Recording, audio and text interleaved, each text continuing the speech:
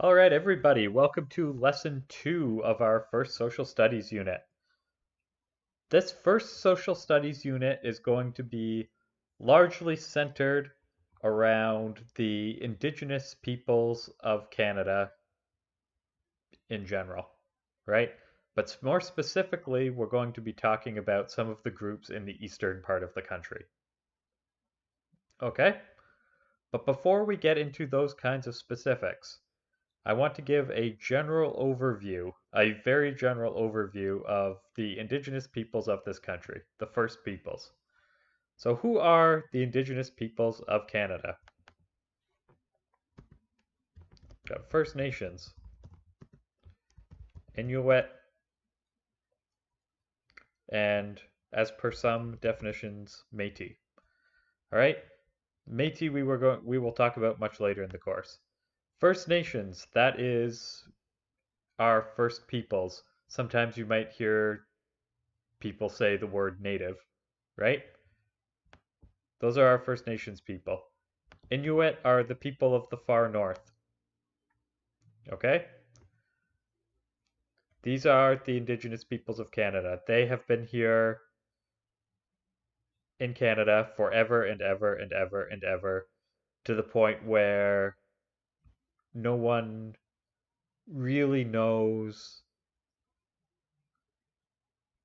when, nobody knows for sure anyway, when they arrived here or if they've always been here, right? They've been here so long that they may as well have always been here. All right?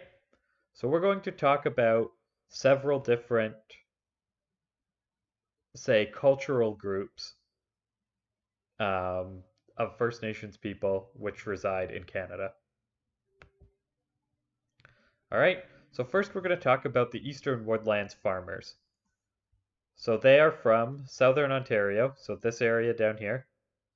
They live in what are called longhouses, and usually you would have a whole large extended family living in one of these.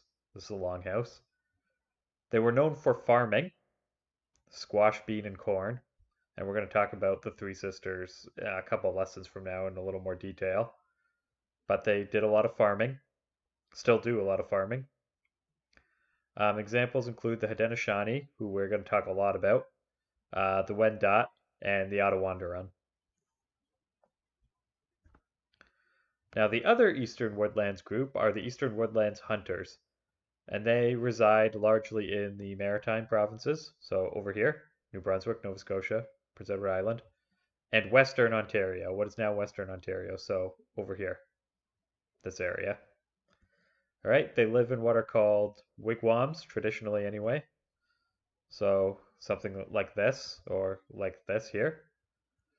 They're known for hunting, as this name would point out, fishing, right? Why might they want to fish? Well, look where the Maritimes are. Gathering, and they had some farming that was very limited. All right, they also do quite a little bit of uh, seafaring, boating. All right, and examples include the Mi'kmaq and the Anishinaabe, both of which we will talk about in great detail shortly, a few lessons from now, and a group called the Ottawa, which is what the capital of the country, who they're named for, who it's named for. There we go. All right, and we've got the subarctic peoples, and these ones are the most diverse, and they have the large, most diverse in terms of like language and culture, and they have the largest geographical footprint, right? So you'll see on this map here, it's all the way through and across. All right, and they often live in teepees or lean-tos, which is like a you can look up pictures, but it's like a little wooden structure under which you would reside in a non-permanent way. You would only use it for maybe a night or two. They are known for hunting and gathering of plants, and examples include the Woods Cree, Dene, the Montagnais from northern Quebec, and the Beothuk, originally from Newfoundland. And we have the Arctic peoples, so people from the very, very far north, right? The islands of Nunavut, the very far north of the Yukon and the Northwest Territories, northern Quebec, and in along the coast of Labrador, right? They live in the winter, they live in these igloos, and there are summer tents that they live in the summer. They're known for fishing, whaling, and hunting, which makes a lot of sense considering the amount of water that's around here. And in Canada, our Arctic peoples are Inuit. There are other Arctic peoples that live in Alaska, but since we're focused on uh, the Indigenous peoples of Canada, they're kind of outside the scope of what we're learning about now. This, as we've seen in our science unit, is an Inukshuk, um, which were used as greetings as well as signage, directions for travelers. There is here a short video about the Inukshuk. It's only a minute long. If you would like to watch it, it's there. The acting is pretty terrible. Um, so if you want to skip it, you can, but it is here if you want to watch it. All right, the Plains people. So this is from the prairies, So the southern parts of Manitoba, Alberta, and Saskatchewan.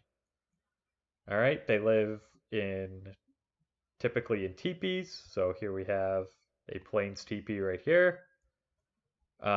Mostly known for hunting, especially buffalo.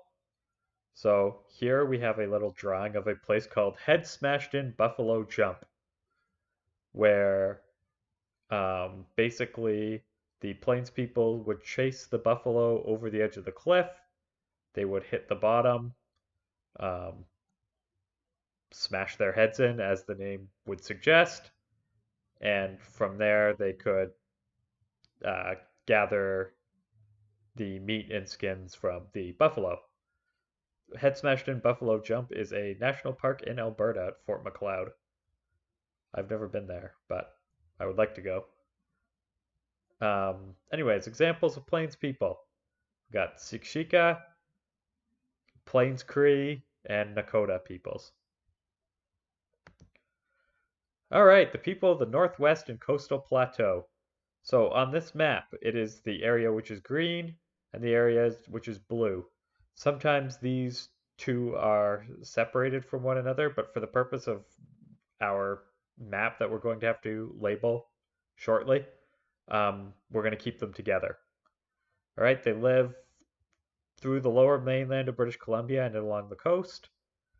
They traditionally live in these long houses that look something like this. They're not quite the same as the Eastern Woodlands longhouses, but they are similarly named. They do a lot of hunting, fishing, and seafaring. So up and down the coast, they'll use these very ornate, decorated, pardon me, boats. They're also known for these totem poles. You've probably seen these before. They are, by and large, um, native to the indigenous peoples of the West Coast. Examples include the Haida, the Nootka, and Silesian peoples. That's for tomorrow. Okay, your task for today. You have this map. All right? The groups that we talked about today, so those are the Eastern Woodlands, the Plains peoples, subarctic, etc., etc. I want you to label it on here and color in the areas. Now, the dark colored lines tell you the approximate borders of those areas, so which part should be colored for example, the subarctic region, which is this big one here, is within these dark lines.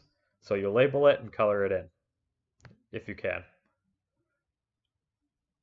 The dotted lines, don't get too hung up on those. Those are just telling you where the modern provincial borders as we know them now are, right? So they're just um, drawn differently so you don't get them confused. Okay? But still have an idea as to where the provinces and territories are. All right, so that is your task for today. All right. Next time we are going to start talking about specific First Nations in Canada. We've got 3 that I want to talk about this unit. All right. Until then, take care of yourselves and stay safe.